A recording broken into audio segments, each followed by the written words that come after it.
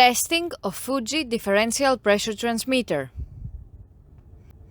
The transmitter has been set to a calibration range of input signal from -500 to 750 mm H2O.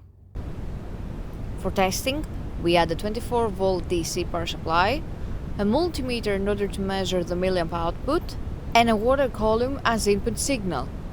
By manipulating the input signal, we see that the unit reacts accordingly, and at -500 mm H2O the output is 4 milliamp, and at 750 mm H2O the output is 20 milliamp.